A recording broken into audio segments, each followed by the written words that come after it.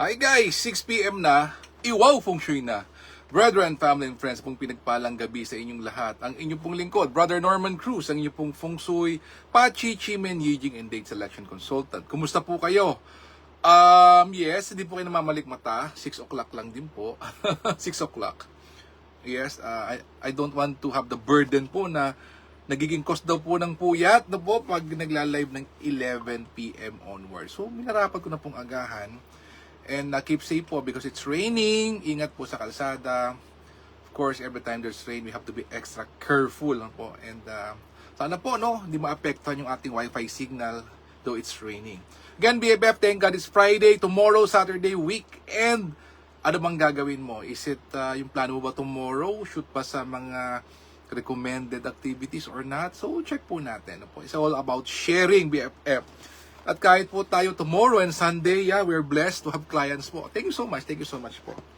And hope to see you one of these days po as my future client, BFF.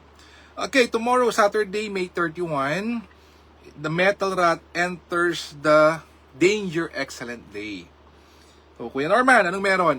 Okay, tomorrow po, it is suitable for, number 1, assuming a new post, disengage or dissolve an arrangement, groundbreaking, marriages, magpakasal, meeting friends, networking, moving house, prayers and worshiping, putting up roof beams, renovations, traveling, and yun po traveling, and not suitable. Hindi po suitable for seeking medical treatment. Ayan.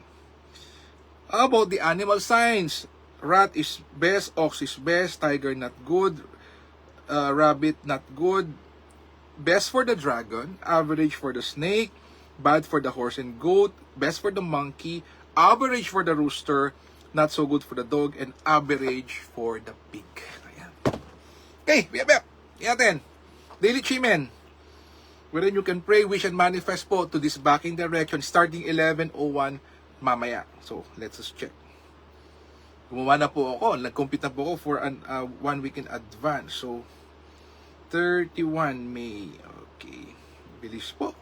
By Sunday, kalahating taon na po. June 1st. Okay. Sabi po dito, May 31 na, Saturday. Anything to do with creating opportunities, attracting high caliber people, talikod sa Southwest. If you're not feeling well, you want to improve your health, BFF, talikod ka naman sa West. Anything to do with heart-to-heart talk, with finances, helpful people, inspiration, influencing people, networking, talikod ka naman sa Northwest. Then if you want to 10x being beautiful and handsome, if you're a content maker, a blogger, talikod ka naman sa East. Ayan. So BFF, first timers, this is a whole day, kahit saan ka po abutan, not necessarily your home or office, anywhere in the world. Gumamit ng compass, nakatalikod po, let's say, question now is, ano bang gagamitin mo dyan, Kuya Norman? I will be using Northwest. So, ang gagawin ko po, nakaupo, then I'll open up my compass, okay, waistline level, and then titingnan ko po kung nasaan ang Northwest. Kung saan po nakaturo ang Northwest, tatalikod po ako doon. So meaning nakaharap ka sa Southeast, BFF. And then, pag nakuha mo na yung direksyon, you have to count from 64 to 1. Po, 64 to 1. Na uninterrupted. Pag nagkamali, back to 1. Back to 64, sorry. Back to 64. And then do 5 things. Actually, 4 muna. Let go of bad things, bad people, bad experiences, people who abuse you, people that take advantage of you. Number 2, you open up for new opportunities, new people that will help you. Pangatlo, magpasalamat. Pang-apat, you ask and visualize for what you want. And number 5, you donate. Especially Sunday po, BFF If you're going to church or your place of worship, you can make a donation there. Any amount po will do, any form will do. So yan po, BFF.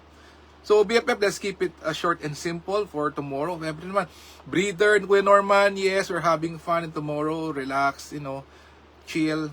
So, yun po, daily achievement tayo muna. Doon muna po tayo mag-focus po. And again, maybe on Sunday or Monday, saka tayo magbigay ng Green Dragon, Flying Bird, and Jade Maiden watching the door. And again, thank you so much po sa 40,000 followers. I thank you so much po for my clients po, for the mga past, mga new ones po. And also looking forward for my new clients this coming Sunday. Thank you so much. Again, BFF, let us continuously pray for our for family members, for our BFF, for we never know what they're in, any situation they're in now. We have to pray for them. Let's pray for leaders. Let us pray for world peace. Let us heal as one. Let us be a blessing to others. God bless us all with a grateful heart. Maraming po salamat sa inyo lahat. God bless. Good night. Happy Saturday and see you again tomorrow. Bye-bye.